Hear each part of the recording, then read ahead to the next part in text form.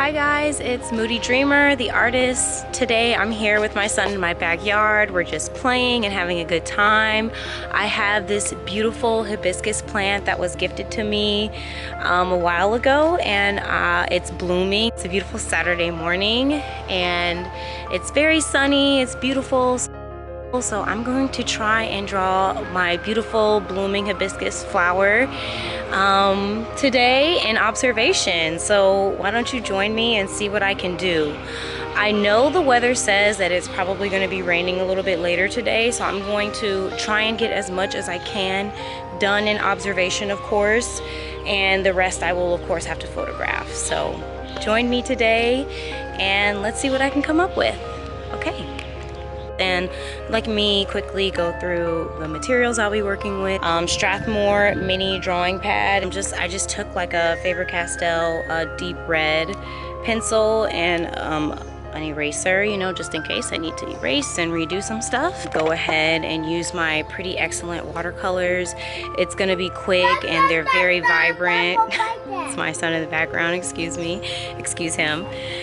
But yes, so we're gonna be using this to get some color in really quickly, and then of course we can always go over that with color pencil for all the details. So of course, due to the angle of the actual flower, I won't really be able to like really set up my camera so that you could like really see me drawing. Of course, I will show you guys photos of the stages and also you know, talk to you guys just about the process. Here's a photo of the initial setup that I had, as well as photos of the first outline drawing that I did, as well as the first few layers of watercolor that I was able to apply. In total, I was able to do about an hour in observation, where the last 2 sessions of watercolor were done based off of photos I had taken. In hindsight, I do wish I had maybe practiced with the watercolor a little bit more, just so that I could just have a slight more delicate touch, especially with these pretty excellent watercolors, because they are extremely vibrant. So when you lay down one color, it really pops. Another thing that was different for me was I don't work on white paper very often, so it was just very new for me to sort of work with the vibrancy that I'm so used to having to build up usually, and this, it was just already there for me. And if you guys are wondering how watercolor and color pencil work together, I've already done a Floral Friday on that, so you can go ahead and check out that Floral Friday that I'll have popping up in the corner.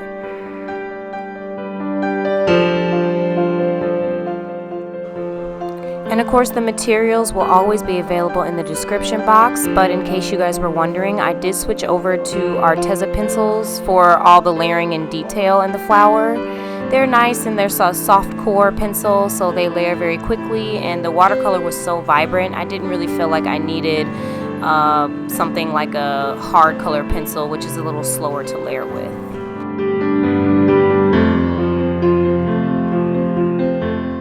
I think my main challenge with this piece was sort of toning down some of the mistakes I had made with the watercolor, using the color pencil, and you know, just sort of really wrapping my head around this vibrancy that I'm so used to having to build up. And now, with all that said, we can actually move into the actual topic of today's Floral Friday, which is complementary colors and bokeh backgrounds. For those of you unfamiliar with what bokeh background is, I will of course have the definition right there at the bottom for you, but quickly, it's just out of focus. So whenever you're looking at a photo or you see something in a movie and it's like those dots of like out of focus light, that is what I will be doing for the background. The original flower is surrounded by all these leaves, not just leaves from the plant, but my entire background is just nothing but green because my backyard is super green. So in lieu of drawing all those leaves, which would require way more time and way more detail, I decided to try my hand at an out of focus background using those same colors. The reason why this is going to work so well is because, one, The leaf has so much detail in it that all I really have to do is keep the background very simplified and just keep applying layers and layers of greens. The greens, because they complement the red, work to sort of create this natural, whimsical harmony that I was absolutely blown away seeing as I was slowly applying these layers. Of course, you have to wait for some of the circles to dry quite a bit before you apply, because with watercolor, as you know, you can add more water and reactivate the color a bit.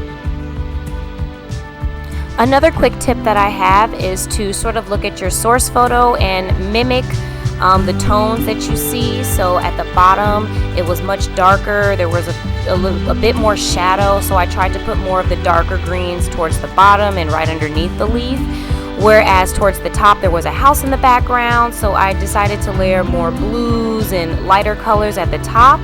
This still allows for it to kind of look like it's still in the environment that it was in. And then of course also feel free to use some white color pencil and green color pencils to put on top of the watercolor. After that, it's just a matter of the little small details that I wasn't able to get in with the color pencil, so I just used a little bit of colored acrylic paint, and that is pretty much it. If you did enjoy this video, please go ahead and like and subscribe and share this video as well. Go ahead and try your own bokeh background. I'd love to see what you guys come up with. Try using complementary colors, so reds and greens, purples and yellows, all that wonderful stuff. And here is the finished result. I hope you guys like it. I'm pretty ecstatic about it. If you made it all the way to the end, thanks so much for watching. I hope to see you guys back on my channel. I hope you guys are enjoying your summer as best you can. And thanks so much for stopping by. Again, it's Moody Dreamer. Bye.